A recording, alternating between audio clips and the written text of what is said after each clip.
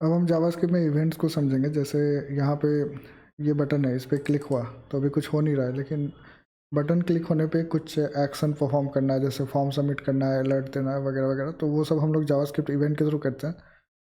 तो मैं यहाँ पे क्या करता हूँ कि इसको कमेंट कर देता हूँ और यहाँ पे मैं एक इवेंट लगा लेता हूँ। जैसे इवेंट लगाने के लिए आपको ऑन का यूज़ करना है। जैसे ऑन के बाद यहाँ पे इवेंट का लिस्ट आ रहा है, लेकिन मैं ऑन क्लिक का यूज़ करने वाला हूँ, तो मैंने ऑन क्लिक लिया और इसके अंदर हमें फंक्शन पास करना होगा।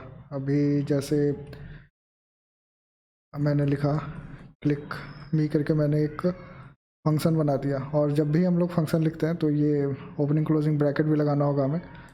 अब इस स्क्रिप्ट के अंदर मैं फंक्शन लिखूँगा। फंक्शन जो क्लिक मी है मैं उसको कॉपी कर लेता हूँ और यहाँ पे मैं कुछ लिख दूँगा। जैसे डॉक्यूमेंट वाला जो लाइन है उसको मैं कॉपी करके यहाँ रख देता हूँ और यहाँ पे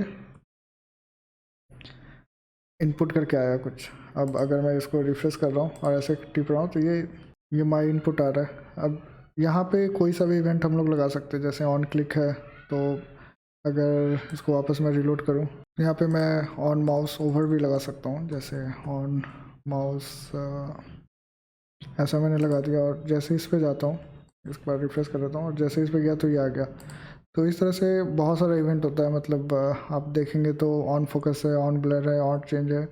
तो अगर ड्रॉप डाउन है तो उसको आप ऑन चेंज लगा सकते हैं। तो ऐसे करके आप डिफरेंट टाइप ऑफ इवेंट को डिफरेंट टाइप ऑफ फंक्शन में बाइंड कर सकते हैं। अब अब मैं इसी इवेंट के थ्रू आपको जावास्क्रिप्ट में अलर्ट भी बता देता हूँ। मैं फिर से इसको ऑन क्लिक कर लेता हूँ और ऑन क्लिक करने पे ये क्लिक मी वाला फंक्शन है। अगर मुझे अलर्ट कुछ दिखाना है यूज़र को, बहुत सारे वेबसाइट में आपने अलर्ट दिखा होगा।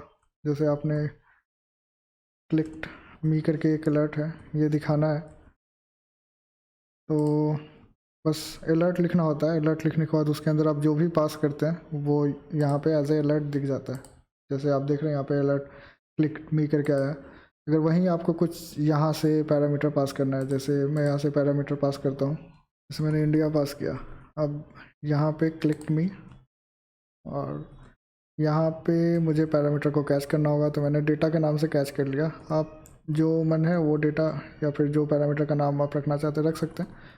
और फिर इसको अगर मैं रीलोड करता हूँ और क्लिक करता हूँ तो क्लिक मी इंडिया करके आ गया।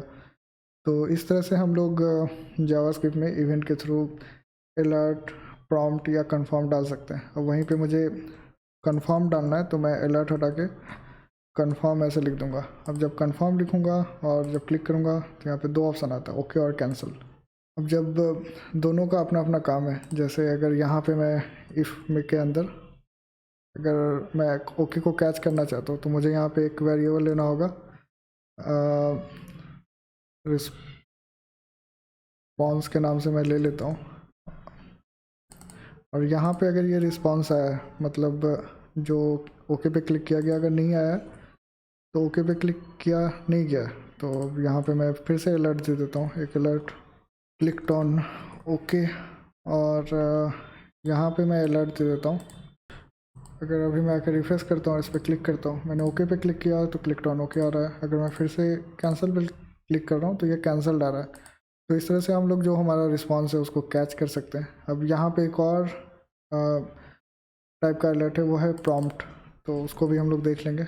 यहाँ पे बस आपको प्रॉम्प्ट लिखना है और अगर मैं रिफ्रेश करता हूँ तो यहाँ पे ऐसा कुछ आ रहा है। अब ये जो डेटा है उसको भी अगर आपको कैच करना है तो आप अगर यहाँ पे कैंसिल लिख रहे हैं तो यहाँ पे कैंसल्ड आ रहा है, और ओके लिख रहे हैं तो फिर भी कैंसिल आ रहा है, क्योंकि यहाँ पे मैंने डेटा पास नहीं किया है। तो यहाँ पे मैं कुछ कुछ भी लिख देता हूँ, जैसे मैंने हेलो लिखा।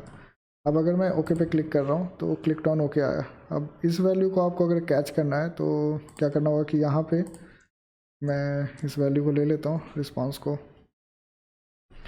अब फिर से देखेंगे, मैंने कुछ डाला और वो वैल्यू यहाँ पे आ रहा है, आप देख सकते हैं।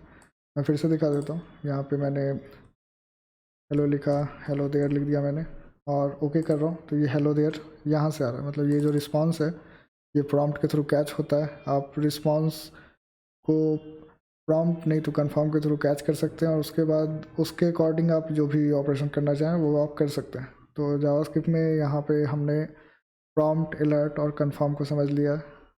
तो यहाँ पे हमारा जावास्क्रिप्ट का जो बेसिक ट्यूटोरियल था वो ख़त्म हो चुका है और आई होप आपको बहुत कुछ सीखने को मिला होगा।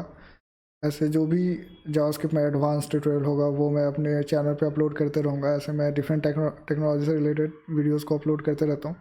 तो अगर अभी तक आपने हमारे इस चैनल को सब्सक्राइब नहीं किया है तो प्लीज़ इसे सब्सक्राइब कर लीजिए। और तब तक टेक केयर, मिलते हैं नेक्स्ट वीडियो में।